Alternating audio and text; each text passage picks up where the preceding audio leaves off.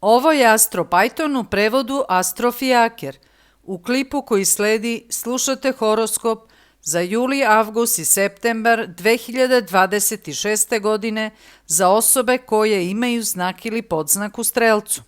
Vama je vreme da učite nešto novo i treba da učite da biste posle toga napredovali u karijeri u skoroj budućnosti. Zato idite na kurs, na neku obuku, učite bilo šta, a sve to će vam biti potrebno u vremenu koje dolazi kada ćete biti nagrađeni za svoj rad. Ako studirate, imat ćete uspeh u polaganju ispita.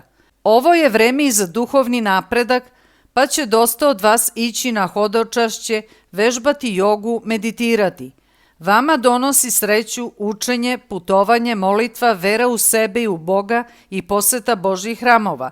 Vi uvek krećete na put u osvajanje novih znanja ili u neku drugu životnu avanturu sa stavom "mene sreća prati, pa tako i bude". A sada je sve to pojačano, zato idite u Božji hram, molite se i molitva će vam biti islušana. Kod vas može doći do naglog prekida radnog ugovora i do prekida saradnje sa nekim poslovnim partnerima. To će biti vrlo povoljna odluka sa vaše strane, jer ćete sada dobiti neke bolje ugovore i nove bolje poslovne saradnike. Možete dobiti dokumente koje odavno čekate.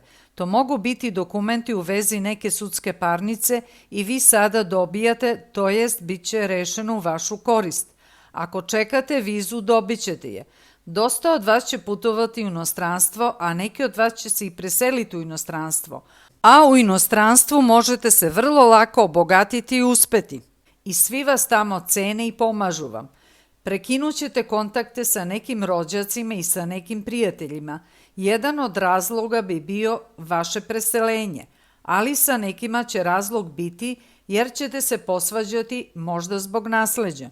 Vama ljubav uvek može da vam se desi sa osobom sa kojom ste prijatelji ili preko posla vašeg ili te osobe. A sada bi moglo da vam se desi da se zaljubite u neku osobu na putovanju i u inostranstvo. Vi volite strance, strankinje jer se bolje razumete sa osobama koje su druge vere i nacije. Neki od vas će ući u tajnu ljubavnu vezu, možda sa osobom koja je već u braku. Da ne bi bilo iznenađenja, najbolje da prvo proverite da li je osoba slobodna. Ako imate dece, imat ćete više obaveza oko dece. Recimo, možda će vaša deca krenuti u školu, pa zbog toga. Neki od vas postoji mogućnost da uđu u drugi brak. Ako ste u braku, vaš bračni partner, partnerka će biti jako nervozna, posebno zbog nekih neplaniranih troškova, pa pokušajte da izbegnete svađe ako možete.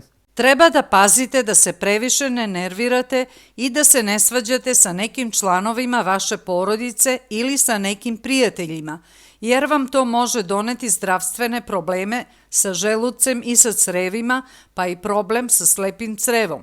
Najbolje da ne pušite cigarete da ne biste imali problema sa plućima i sa grlom. Proverite hormone i tiroidnu žlezdu.